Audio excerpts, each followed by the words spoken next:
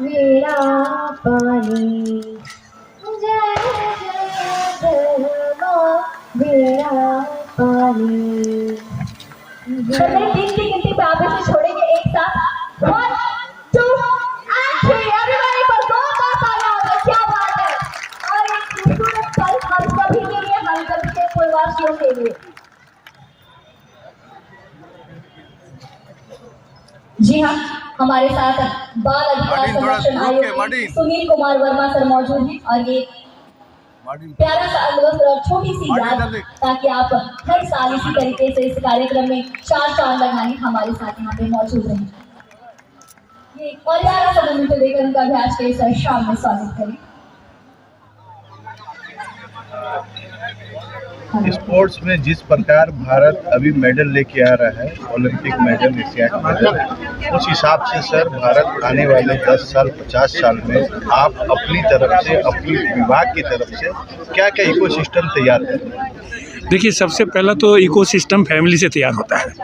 अगर परिवार के लोग अपने बच्चों को मोबाइल से बाहर हटाकर अगर फील्ड में लाएंगे, क्योंकि मैंने नीरज चोपड़ा को पिछले 6 साल से देखा है, वो मोबाइल फ़ोन नहीं रखता था, अपने कमरे में टीवी नहीं रखता था, अपने मम्मी पापा से फ़ोन पे भी बात नहीं करता था। तो वो सिंसियरिटी चाहिए, तो पेरेंट्स को पहले वो सिंसियर बनना पड़ेगा।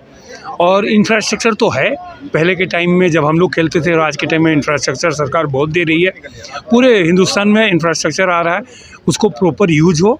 और जो सबसे बड़ी बात है, उसको सहज सुलभ बनाया जाए हर खिलाड़ियों के लिए। उसको टेंट हाउस नहीं बनाया जाए कि उससे पैसे कमाने हैं। नीरज चोपड़ा का आपने बात किया सर, उन्होंने ट्रेनिंग कोचिंग विदेश में लिया है, जर्मनी में, और इस प्रकार आपकी कोई भी देश की उतनी अच्छा न है ना इकोसिस्टम है सर, उसके लिए आप लोग क्या करेंगे? पहले तो आपको बता दें कि नीरज चोपड़ा का जो कोच है डॉक्टर क्लॉज, वो जेवलिन थ्रो का कोच नहीं है, वो बायोमैकेनिक्स का कोच है। लेकिन उनका ट्रेनिंग तो हुआ सर विदेश में। बाहर में पोलैंड में सबसे अच्छा जेवलिन थ्रो कंपटीशन मिलता है। तो आप अपने बच्चों को IPS बनाना चाहते हैं तो दिल्ली भेजते हैं पढ़ाई के लिए। तो वो ग्रास रूट लेवल पे वो सुविधा अभी नहीं है। अभी थोड़ा सा इंफ्रास्ट्रक्चर आया है, क्योंकि एक जेवलिन, अगर आप जेवलिन की बात कर रहे हैं, अगर अच्छा जेवलिन खरीदेगा तो 5 लाख रुपया लगेगा। कोई पेरेंट्स बोलेगा 5 लाख रुपये नहीं देंगे, 5,000 रुपये में क्रिकेट बैट आ जाता है, जाकर क्रिकेट खेलो। 2,000 रुपये में फुटबॉल का बूट आ जाता है, फुटबॉल खेलो।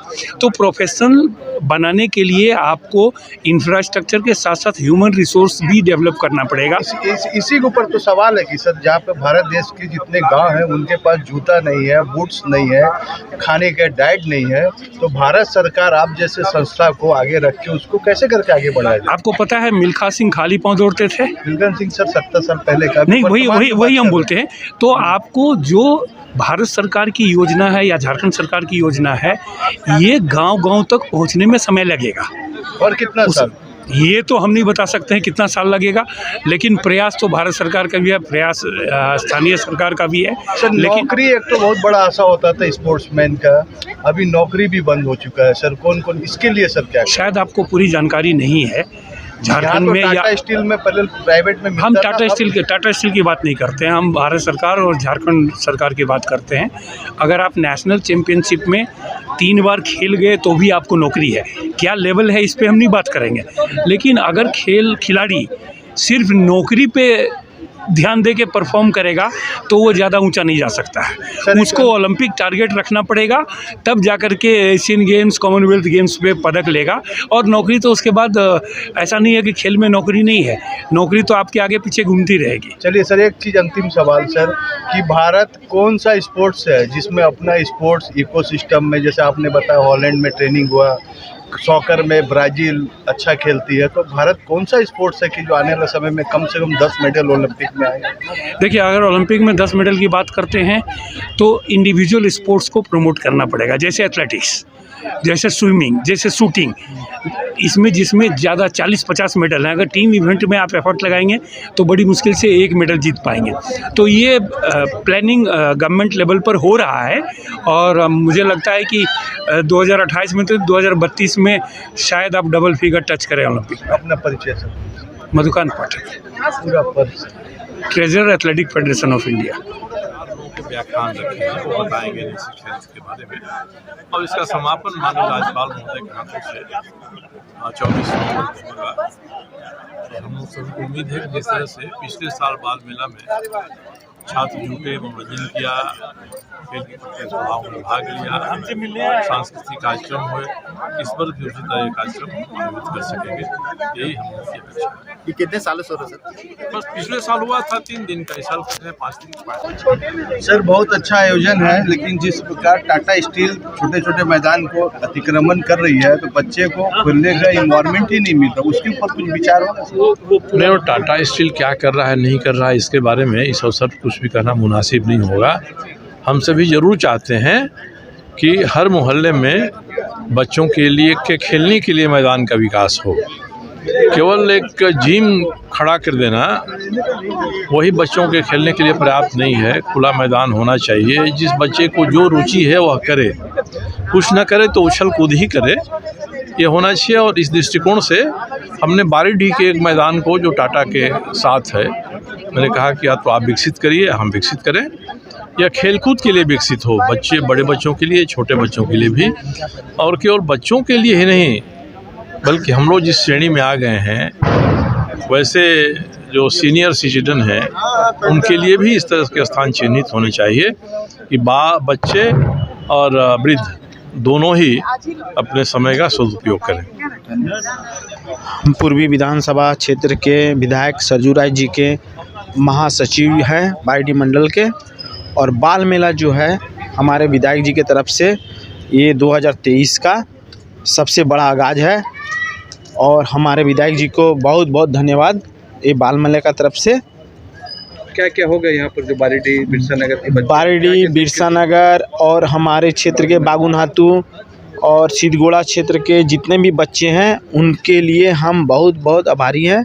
और अपना अपना जो है कला और कार्यक्रम जो खेल प्रतियोगिता से देने जा रहे हैं, उस प्रतियोगिता में हमारे सिद्धगोड़ा, बारीडीह, बागुनहातू, बिरसा नगर, बागू नगर इस क्षेत्र के जमशेदपुर वासियों को हमारे तरफ से बहुत बहुत धन्यवाद। और बाल मेला में बाल मेला में 5 दिन का जो भी प्रतियोगिता है आप सब आमंत्रित है हमारे क्षेत्र के, और हमारे क्षेत्र के जो विधायक हैं उनसे बहुत बहुत